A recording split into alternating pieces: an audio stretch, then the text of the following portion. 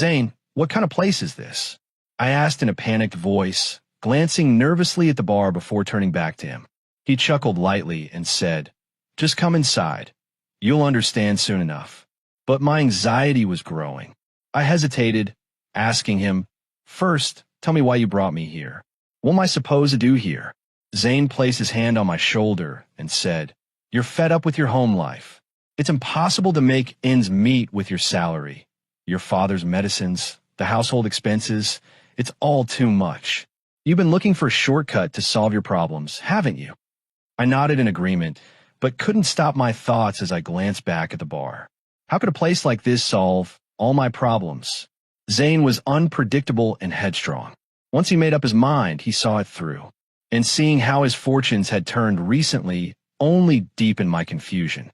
Just a few years ago, he was struggling in poverty like me. Now suddenly he was wealthy. If he promised to make me rich like him, I had no reason to doubt him. He was a man of his word. Zane dragged me inside the bar. The scene before me made me lower my eyes in shame. Women, mostly middle-aged or older, held glasses of alcohol, dancing provocatively and drinking without care. What shocked me more was that they were accompanied by boys half their age, spoiled rich kids, or so it seemed. Zane leaned in and whispered, "What do you think about these guys?" When I shared my thoughts, he laughed and said, "You're wrong. These boys are struggling just like you." His words shocked me. He continued, "Just watch quietly. You'll figure it all out. You'll learn this slowly." He left me there and walked over to a woman in her 50s or 60s. She wore revealing clothes, her heavily made-up face adding to her strange appearance. I couldn't bring myself to look at her directly, lowering my gaze in embarrassment.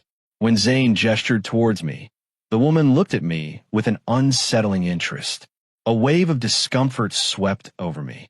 Was I expected to dance with this older woman, like the other boys? The thought terrified me. Zane, ignoring my refusal, grabbed my hand and led me into a private room. Despite my protests, he left me alone there with the woman. She slowly approached me, her hand brushing against my face as she said, "You are very handsome. You young men are my weakness," she said, her gaze fixed on me. "But I've never seen anyone as handsome as you." She stood very close to me, and the alluring fragrance she wore filled the air, clouding my senses in a strange way. I was panicking, wondering why Zane had left me alone with her. Sensing my discomfort, she smiled mischievously and said, "Looks like it's your first time. Are you meeting a woman alone for the first time?" I nodded hesitantly. "Don't worry," she said. "I'll teach you everything." Her words unsettled me, but what she demanded next shook me to my core. I couldn't believe a woman could ask for such a thing. Seeing my open-mouthed shock, she added, "I'm not asking you to do this for free. I'll pay you handsomely, far more than I pay Zane."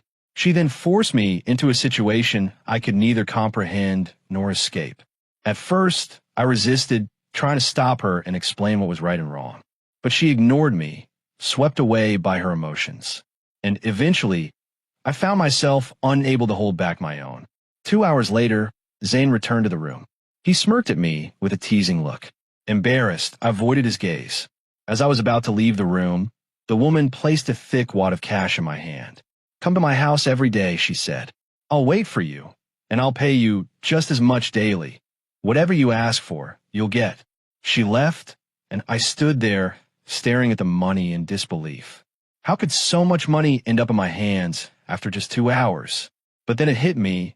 I had earned it through something I considered sinful. The thought made me feel disgusted with myself. Here I was, a young and able-bodied man, yet instead of working hard and earning honestly, I had chosen a shameful shortcut. But my family's needs weighed heavily on me. Rent, skyrocketing electricity bills, my father's medicines, and my siblings' school fees.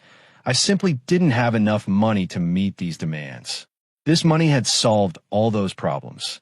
My mother was surprised to see me bring home so much cash. Her curiosity and concern grew, but I had no choice but to lie. I told her I'd started a well-paying part-time job. Soon, I began enjoying this new arrangement. The woman's company didn't feel so bad anymore, and it wasn't even difficult. All I had to do was silence my conscience for a while and forget that she was my mother's age. As the money piled up, I deposited it into my account and began improving our lives.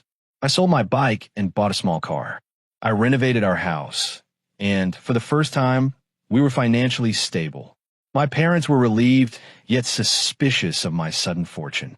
I reassured them, saying my part-time job was the answer to all our problems. But deep down, I knew I was sinking further into a life I never imagined for myself. One day, my mother asked me, "You're not doing something wrong, are you?" Her question startled me, and I avoided her gaze. "Why would you think that, Mom?" I replied nervously. "Do I really seem like someone who would do such a thing?" She sighed and said, "These days, the world is so unpredictable that everything makes me worry. Suddenly, you have so much money, and I can't help but wonder if it's all earned the right way. You know, your father always fed us with honest earnings. Please don't do anything that would bring shame upon us." I managed to reassure her, offering vague explanations. But her words haunted me. I began questioning myself. Was I really doing something wrong? Was I earning money dishonestly? These thoughts left me unable to face myself. Zane was my college friend, and his family circumstances were no different from ours. Back in those days, I studied in college during the day and worked at a store in the evenings. Zane had a similar routine, but he always seemed dissatisfied with his life. In contrast, I was among those who thanked God for everything, no matter the situation. At the time, my father was also working, and our family lived a reasonably stable life. The cost of living was manageable, and electricity bills didn't overwhelm us like they do today. Even low-income families could make ends meet. But after college, I lost touch with Zane. Time went on, and life changed. After finishing my studies, I got a decent job at a company. My salary